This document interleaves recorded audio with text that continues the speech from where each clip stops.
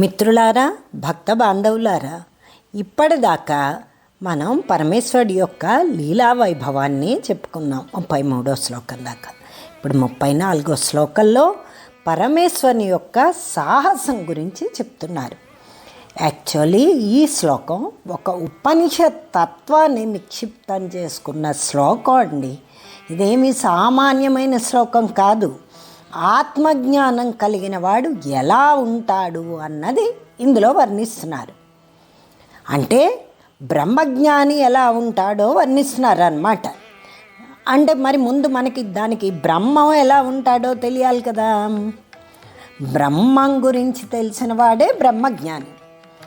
Actually చూస్తే మీరు శివానందలారి మనకి చెప్తున్న కావ్యం కాదండి, పరమేశ్వరునితో మనము చేసుకుంటున్న కావ్యం అని చెప్పచ్చు.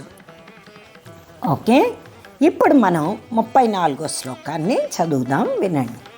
కిం బ్రూమస్తవ సాహసం పశుపతే కస్యాస్తి సంభో భవద్ధైర్యం చేదృశం ఆత్మనస్థితిరియం చాన్యై కథం లభ్యతే భ్రస్యద్దేవగణం త్రసన్మునిగణం నశ్యత్ ప్రపంచం లయం పశ్యన్ నిర్భయ ఏక ఏవ విహరత్యానంద సాంద్రో భవాన్. ఇక్కడ ప్రతి పదాన్ని విడదీస్తాము, చూడండి.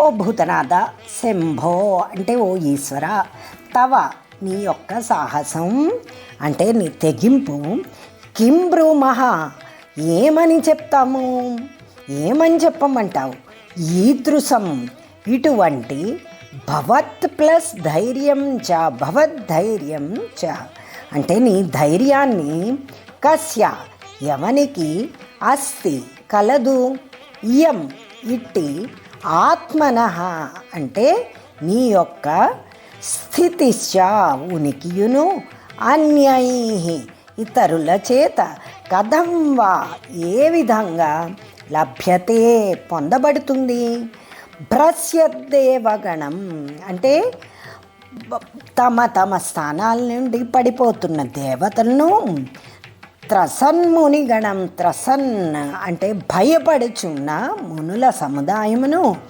నశ్యత్ ప్రపంచం అంటే నశిస్తున్న ఈ ప్రపంచాన్ని, లయం ప్రళయ కాలమును, పశ్యన్ చూస్తూ, నిర్భయ భయం లేనివాడివై, ఏకః ఏవా నీవు ఒక్కడివే, విహరతి విహరిస్తావు అంటే క్రీడిస్తావు అని ప్రతి పదానికి అర్థం అండి.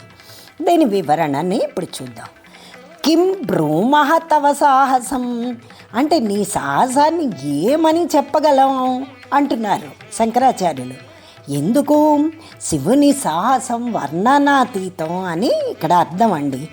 అలాగే తర్వాత ఏమంటున్నారు, కస్య అస్తి ఓ పరమేశ్వర, భవద్ధైర్యం అంటే నీకున్న ధైర్యం ఉందే మరెవరికి ఉందయ్యా, ఎవరికీ లేదు సుమా అంటున్నారు. మూడోది ఇంకా ఏమన్నారు, ఆత్మనస్థితి అన్నారు. అంటే ఆత్మనః అంటే తనేంటో తాను తెలుసుకునే స్థితి.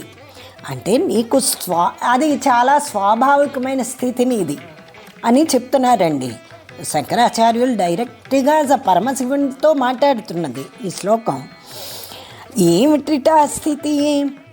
ఇటువంటి నీకు సహజ సిద్ధమైన స్వాభావికమైన ఈ స్థితి మిగతా వాళ్ళకి ఎలా వస్తుందయ్యా అంటున్నారు. అంటే పరమేశ్వరుడు నాశనం లేనివాడండి. ఆత్మ ఎలా ఉంటుందో అలా ఉంటాడు అతడు.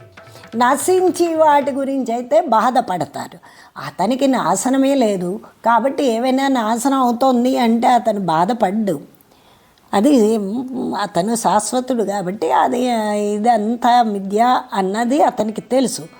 సత్తు చిత్తు ఆనందం శాశ్వతమైనది, చైతన్యమైనది, నాశరహితమైనది, అజరం అమరం అయినది బ్రహ్మతత్వం. ఆ బ్రహ్మతత్వం ఏమిటో అది నీ యొక్క అసలు తత్వం సుమా అని చెప్తున్నారు. పరమేశ్వరుడి తాలూకా అసలు తత్వం ఇదేనండి. సస్వరూపం ఆనంద సాంద్రం, అంటే నీ యొక్క రూపం ఆనందంలో ఓల్లాడుతూ ఉంటుందండి. ఈ జగత్తులో ఉన్న దుఃఖం, భ్రాంతి ఇవన్నీ కూడా అవన్నీ పెద్ద దాని గురించి అతడు బాధపడ్డండి. బికాజ్ అతనికి తెలుసు ఇదంతా భ్రాంతి అని. ఈ భ్రాంతి అయిన జగత్తును చూస్తూ జ్ఞానైన వాడెవడు దుఃఖించట్టండి. సాక్షిభూతంగా దాన్ని చూస్తూ ఉంటాడట. ఏ ఈశ్వరుని దయ వల్ల జీవన్ముక్తుడు దుఃఖాలకు లోను కాకుండా నిత్యానందంగా ఉంటాడో, మరి ఆ ఈశ్వరుడు అలాంటి వాడే, జ్ఞాని అయిన వాడే నిత్యానందంలో ఉంటే మరి ఆ ఈశ్వరుడు ఎప్పుడు ఇంకెంత ఆనందంలో ఉంటాడండి. అలా ఉంటాడు అనడానికి సాక్ష్యం ఏంటంటే, ప్రళయకాలంలోంట సర్వ జగత్తు దగ్ధం అయిపోతుందండి. అది తెలుసు కదా మీకు.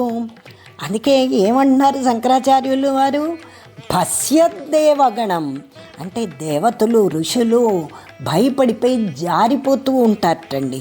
వాళ్ళ పదవులన్నీ మారిపోతూ ఉంటాయి, అందుకు పరిగెడుతూ ఉంటారట. త్రసన్మునిగణం అంటే మునులు వణికిపోతూ ఉంటారటండి. ఇంకా అంట నశ్యత్ ప్రపంచం అంటే ప్రపంచమంతా నశించిపోతూ ఉంటుందిటండి. అలాంటప్పుడు కూడా అంత భయంకరమైన ప్రళయాన్ని చూస్తూ కూడా భవాన్ అంటే నీవు ఒక్కడివే ఏమాత్రం భయం లేకుండా ఆలయాన్ని చూస్తూ ఉంటావు. ఏకహ ఏవా అంటే నీ ఒక్కడివే అటువంటి ప్రణయాన్ని, ఆలయాన్ని చూస్తూ ఉంటావు. అంతేకాకుండా అధికమైన ఆనందంతో హాయిగా భయం లేకుండా విహరిస్తూ ఉంటావు.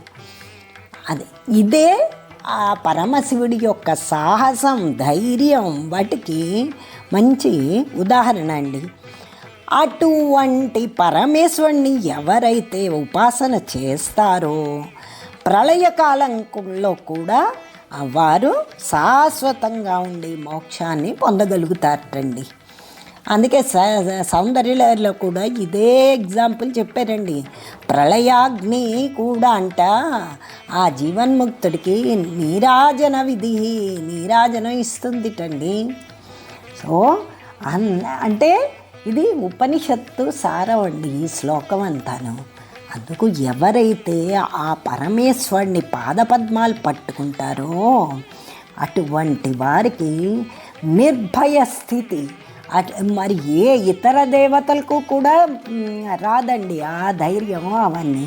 బికాజ్ అతడు అంత ప్రళయంలో కూడా తనొక్కడే సాక్షిభూతంగా విహరిస్తూ ఉంటారు.